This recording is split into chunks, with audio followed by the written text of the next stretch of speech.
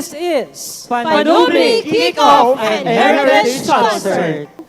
Every May, ginaselebrar nato no aton National Heritage Month. And tonight, Diamond rotate it aton nga banwa sa daya nga selebrasyon. Bugal it atong nga kultura. Tonight, we gather not only to be entertained, but to remember, to honor, and to take pride in the richness of our heritage. This evening is no mere festivity. It is a powerful reaffirmation kung sino kita. As Baletenons, bound by grace, grit, and unbreakable tradition. Tonight marks a historic milestone. We honor the stories that shaped us, the struggles that strengthened us, and the shared spirit that unites us as one family, one community.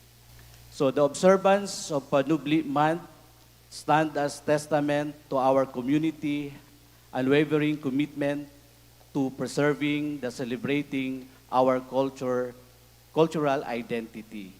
Declared through the Sangguniang Bayan Resolution number 359 series of 2022, the month of May has been officially designated as Panubli Month.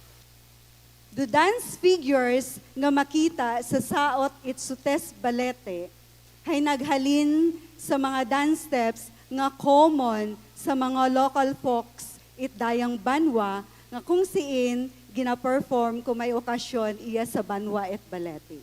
Agpaagi sa research, ha-document namon do mga movements ag dahil di kara naka-create kami it dance literature for Sutis Balete dance. This dance is humbly dedicated to the people of Balete, whose culture, stories, and traditions continue to give life to it. May Sutis Balete live on, not just a dance, but as the enduring heartbeat of Balete's identity for generations to come.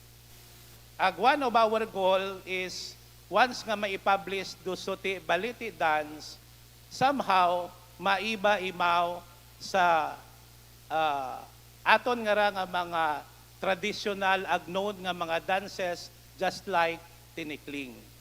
And hopefully, with the help of the local government, no, hindi raya ma-recognize imaw nationally kung hindi naton imaw pag-i-appreciate, hindi naton imaw pag-i-experience, ang hindi naton imaw pag-i-execute.